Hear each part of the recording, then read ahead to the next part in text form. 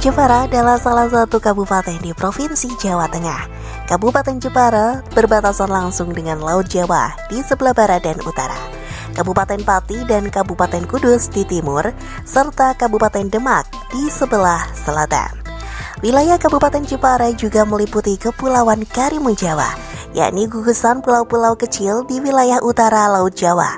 Karena letaknya yang berbatasan langsung dengan laut, Jepara dikenal dengan wisata maritimnya.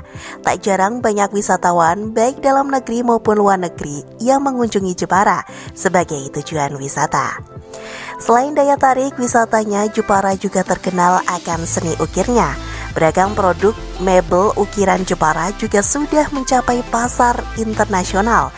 Potensi Jepara sebagai kota wisata dan metropolitan terlihat jelas. Jepara juga dikenal sebagai kota yang melahirkan tokoh perempuan yang inspiratif. Ketiga tokoh tersebut yakni Ratu Shima, Ratu Kalinyamat, dan R.A. Kartini. Sebagai kota yang melahirkan tokoh perempuan yang hebat, Jepara juga dijuluki sebagai kota emansipasi. Di usianya yang sudah mencapai 473 tahun, Jepara sudah mulai berbenah, mulai dari penataan kota dan pembangunan infrastruktur hingga program pemerintah yang sudah terrealisasi.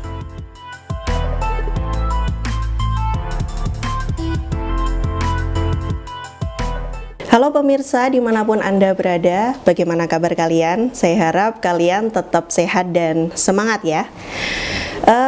Hari ini saya sedang ada di Kabupaten Jepara, kabupaten yang terkenal sebagai kota ukir. Nah, hari ini nggak sendirian karena saat ini saya sudah bersama Bapak PJ Bupati Jepara, Pak Edi Supriyatna atau Pak Edi Supriyanto. Benar Supriyanto. Ya? Supriyanto yang benar ya? Iya. Tapi, salah tulis. Tapi ini Pak. Itu gara-gara di SD guru saya, karena saya sekolah di Jakarta, pindah ke Jeporo. Nah, kamu kan orang Jakarta, digantilah A. Jadi A gitu, jadi O sebetulnya jadi A. Sebetulnya O. Orang Jepara sih ya O kan gitu kan. Oh, jadi bisa berarti Pak Supriyanto ya? Iya. Oke, baik. Nah, Bapak ini kan putra daerah. Dulu lahir di Jepara ya? Lahir di Jepara, sekolah di sini juga. Dari TK, SD, SMP, SMA. Oh gitu. Iya. Nah, setelah itu pindah ke? Sekolah kedinasan. Sekolah kedinasan. Di Bekasi. Di Bekasi. Selama 4 tahun. Terus kembali kerja di Semarang. Oh gitu. Berarti masih familiar ya Pak masih sama makanan-makanan khas Jepara. Nah, Pak Edi itu suka makanan apa nih? Makanan khas Jepara. Satu. Ya. Pleret. Pleret. Nah, oh ya, pleret. Kedua, pinasrani. Oke. Ketiga, pecel. Tapi itu nggak khas kayaknya sih Pak ya. Pecel ada latohnya. Oh, khusus ya, yang ada latohnya. Ya. Oke. Gitu. Terus apa lagi Pak? Ya udah itu aja. Oh, 3 itu ya. Oke. Kalau untuk kegiatan Pak, katanya suka goes. Nah, goes kemana aja tuh? Goesnya sama istri sih dalam kota tok aja. Oh, dalam kota. Ya. Yang terjauh kemana? Gak pernah. Oh, gak pernah. Oh, cuma deket-deket sini aja. Oke, biar ini ya Pak, berkeringat ya Pak ya. Nah, ini kan tepat saat 6 bulan ya, atau 1 semester Bapak menjadi PJ Bupati Jepara. Nah, apa perbedaan antara menjadi PJ Bupati Jepara dengan jabatan sebelumnya di Pemprov Jawa Tengah? Perbedaannya kita langsung masyarakat, lebih kompleks, lebih mengetahui permasalahannya. Jadi apa kebutuhan masyarakat, karena saya juga suka kunjungan daerah, mengerti. Pak, jalan rusak, Pak ini ada kesehatan kurang, Pak saya nggak bisa gini. Nah itu lebih tahu kan itu. Kalau di Semarang kan enggak kan, karena sifatnya koordinatif, fasilitasi ya. Kalau di Jepara ini kan ya langsung masyarakat kita tahu gitu. Makanya saya ajak OPD itu untuk langsung ke lapangan gitu, supaya tahu permasalahannya apa sih yang terjadi di Jepara kan itu. Nah ini ngomong-ngomong, Bapak kan pernah dapat penghargaan ya ini apa ya tuh? Dari Radar Kudus. Apa tuh? Nah ini pejabat bupati pelopor percepatan layanan aduan masyarakat. Nah dengar-dengar nih Pak, katanya Bapak tuh responsif banget nih kalau ada warga Jepara yang laporan, Pak ini ada jalan apa namanya rusak gitu, terus Bapak datang gitu. Gimana ceritanya Pak? Kenapa memilih program itu? Jadi gini, kebijakan kita buat itu berdasarkan kenyataan sebetulnya ya. Kalau kita ada pengaduan melalui kanal pengaduan baik itu WA, Facebook, terus aplikasi lain, kita lebih tahu. Jadi komunikasi masyarakat itu akan senang kalau ada sesuatu hal yang disampaikan pemerintah. Pak, ini ada rusak. Nah, saya perintah PUPR kemarin ada di daerah Sinanggul, Pak petingginya, Pak Bupati, ini ada jembatan yang bolong. Nah, hari itu juga saya perintahkan, pas hari Minggu saya cek. Hari Minggu saya cek bersama BPBD, Seninnya teman-teman dari PUPR, dari perhubungan cek. Nah sekarang udah bagus, sudah dikasih plat plat besi, tapi dibatasi tonasenya jembatan berapa. Saya perintah perhubungan cek sana perkiraan tonase berapa jembatan itu sehingga tidak mencelakakan orang lain. Karena di lapangan kalau nggak diberi batasan-batasan, bisa dilalui tronton, bisa dilalui truk yang kapasitasnya tonnya lebih gede. Ini bahaya karena umur jembatan sana udah 40 tahun yang lalu, ya kan? Salah satunya itu. Nah, Pak, jalan rusak. Apa yang rusak? Nah, PUPR, masalahnya anggaran kita terbatas. Itu adalah orang Bapeda. Nah, Bapeda juga pusing karena jalan kita tuh baru kita bisa paling 80% yang bisa kita backup, yang 20% masih belum. Nah ini kita sudah berusaha, kemarin ada anggaran kita minta di pusat, saya bilang syukur-syukur kalau dapat nama tugas pembantuan ya, ada 100 miliar lah untuk Jepara, itu bagus kalau saya bilang. Nah duitnya kita tunggu aja ya, pusat mau turun apa enggak, kan doa kan gitu kan. Nah itu salah satunya.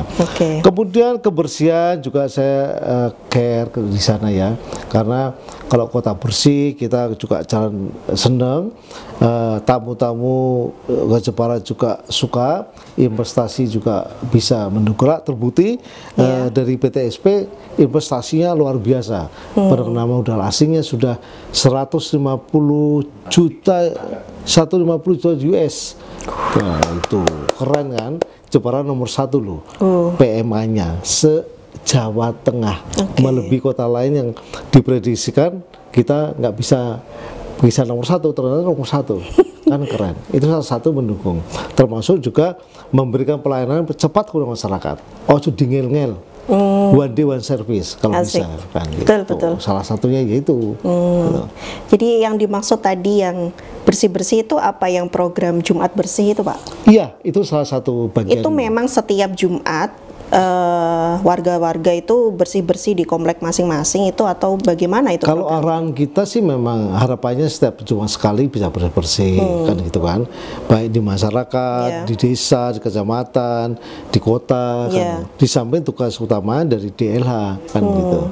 Kadang-kadang ada laporan, Pak sampah di sini banyak, Pak sampah sini, saya langsung share ke grup OPD, semua lihat namanya grup Jeparaku, saya share, begitu mereka udah responsif, siap nanti kita langsung ke sana. Gitu.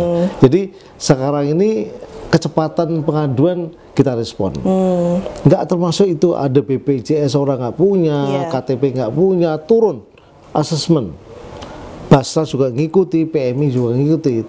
Ya kita bersama-sama untuk masyarakat lah. Iya, pelayanannya biar lebih cepat ya. Karena masyarakat kalau begitu pengaduan ditanggapi juga cepat. Termasuk kita kan, nah, Pak ini mati, lama sekali kan. Tapi kalau yes gitu, walaupun baru yes aja udah seneng gitu.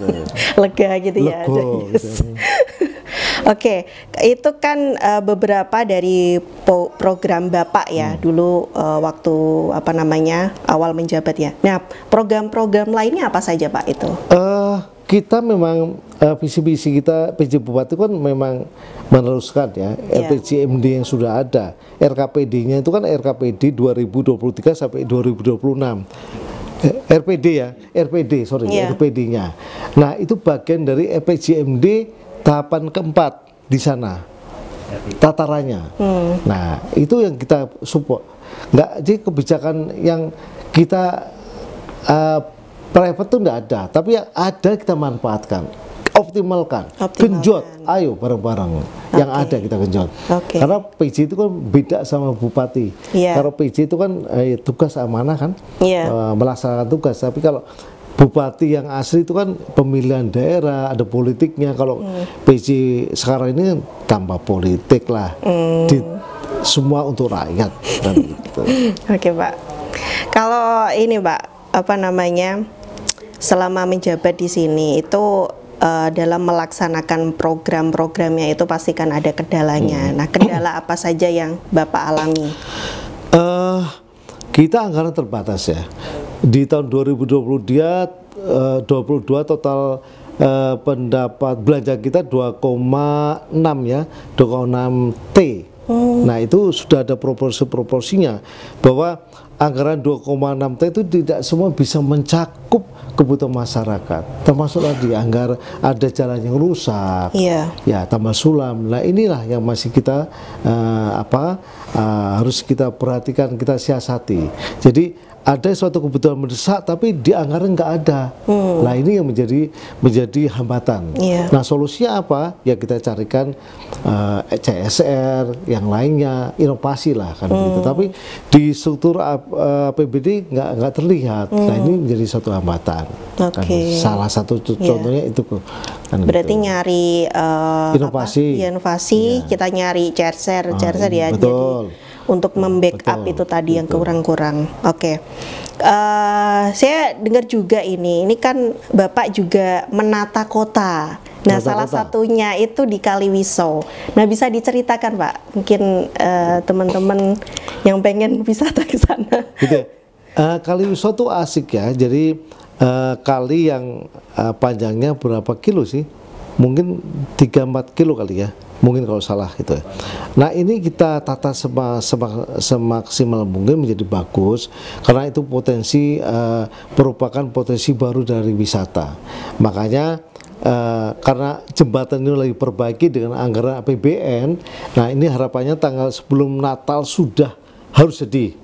Nah, kemarin saya minta ke perhubungan, coba sih Kaliwiso itu ditata bagus. Kami juga sudah sampaikan ke Bapeda, dianggar ketemu lampu-lampu yang cantik kalau malam hari dinyala begitu asik. Nah, pikiran saya contoh itu bisa kita lihat di Jakarta ada, di Kalimantan ada, di kota lain ada. Kenapa Jepara nggak begitu? Nah, itu merupakan destinasi wisata yang perlu kita kembangkan kan gitu. Nongkrong di situ asik. Nah, itu Pak sambil ngopi kan cocok ya Pak. Cocok kan gitu. Ya, mungkin nanti kalau lampunya udah ada semua, kita bareng-bareng ke sana Pak ya. Kita syuting di sana. Ya. Nah, nanti kalau jembatan sudah bersih, sudah menjadi ikon tersendiri lah.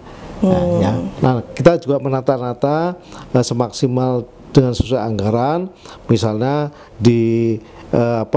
kita buat trotoar bagus di Jalan Pemuda. Itu anggarannya juga baru separuh. Tahun depan kita tambah lagi ke sana penataan City Walk sana ya, itu 12 miliar lah. Dan itu juga belum optimal. Nah, karena ada penyesuaian anggaran-anggaran yang harus dilakukan sehingga semampunya untuk Jepara sebagai masuk kota pertama keren, bagus, bersih, gitu. Senang gitu. Jadi mungkin wisatawan atau warga bisa jalan-jalan di situ. Bisa. Termasuk kemarin di alun-alun sudah kita kasih tempat musik. Musik corner. Sebetulnya itu untuk anak kaula muda yang mau ke sana free, dipersilahkan di situ. Persilahkan di sana, bisa menghibur gitu ya, menghibur malam minggu, ada band kecil, ada apa gitu, silakan aja. Ya, gitu. Ada yang jualan juga ya. Ada jualan juga. Kalau Jepara mau punya hotel satu aja yang tingginya kira-kira 17 lantai, itu bisa melihat view laut loh. Iya, iya. Ya kan? Iya, betul. Keren loh. Iya. Coba bayangin. Bisa bagus seperti itu, keren banget. Nah, terus tol. Tol juga saya sudah minta ke PTSP cari dong investor, karena tol dari Demak sampai Jepara ini kurang lebih 35 kilo. 35 kilo yang nanti dilalui di pinggir pantai. Nah, coba bayangin kalau Mbak dari Demak ke Jepara melalui pantai, malam hari kasih lampu, keren kan? Keren nggak? Nah, keren. Tapi duitnya ono, masalahnya no money. Nah, itu dihitung oleh PUPR, duitnya 10T. Lumayan ya Pak. Lumayan. Sangat lumayan. APBD kita 2,6 T. Jadi kalau 10 T ya kita 5 tahun nggak gajian lah.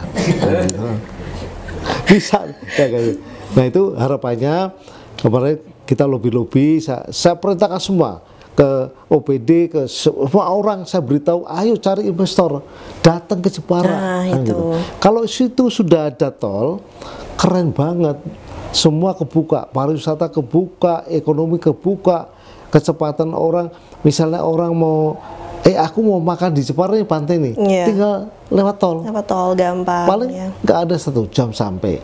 Sore pulang lagi. Wisatanya hidup kan gitu. Perhotelan juga hidup.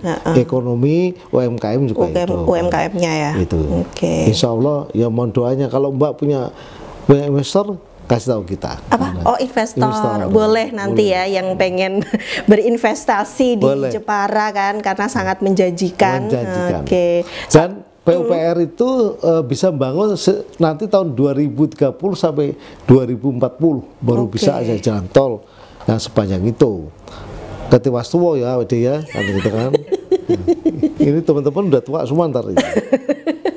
Tapi kan jiwanya masih muda, Pak. Ya, untuk membangun sih muda. Membangun adil lah. Kita sok musik tuh adil lah gitu. Sering nonton YouTube. Adil lah. Nah, teman-teman OPD senangnya adil lah mulu. Gitu. Oh, berarti suka ya, Pak? Apa, Pak? Musik yang lagi disukai Pak Edi nih? Teman-teman saya ngikuti Pak Bianto kan suka dangdut gitu. Oh, berarti Bapak juga. Lagu apa Pak yang disuka Pak? Lagunya Gala-gala. Ojo dibandingke. Pecah 1000. Apa loh, wong tuanya apa? Cuma Kak harus buka gitu. Baca teks. Oke. Coba dibandingke sedikit Pak. Wong kok gini, kok dibanding ke, asik. Saing ke, yo mesti kalah, yo mesti menang, mesti kalah. Gitu kan, contohnya itu. Ini teman-teman yang dampingi saya suka nyanyi semua. Itu, sampai Pak. Dipanggil istrinya, balik Mas, lera tak tutup pintunya. Ini guru-guru bupati, guru-guru bupati terus seneng nyanyi kabeh. Nggak nyanyi sih, kita suka sholawatan juga. Jadi imbang ya Pak, akhirat dan dunia. Orang pindah kan sama-sama suka nyanyi, suka sholawatan gitu. Nah itu Pak. Keren. Tapi itu kunci Pak. Pasti kan Bapak kan pekerjaannya kan berat ya. Mengayomi masyarakat ya kan, melaksanakan program-program dan lain sebagainya kan. Kalau dengan nyanyi kan juga enjoy juga, hiburan. Karena Jepara ini kan harus banyak hiburan yang positif kan gitu. Iya betul gitu. Karena harus supaya semangat kerja kan gitu. Oke, kayaknya cukup sekian perbincangan asik dengan Pak Edi Supriyanto ya. Jadi teman-teman jangan salah, meski tulisannya Edi Supriyanto, tapi yang benar pakai O. Just O. Pak, mungkin sedikit Pak, bagi pemirsa-pemirsa di rumah, kasih quote atau pesan-pesan. Tanggapan kali. Iya boleh. Gimana sih Pak PJ itu kan gitu. Boleh. Oh, rewil. Gitu. Oh, kalau kerja dan gage kayak gitu. Bisa ditanya tuh, orangnya ada tuh. Oke. Oke, mungkin demikian perbincangan asik saya dengan Pak BC Bupati Jepara, Pak Edi Supriyanto. Perbincangan ini sangat asik sekali.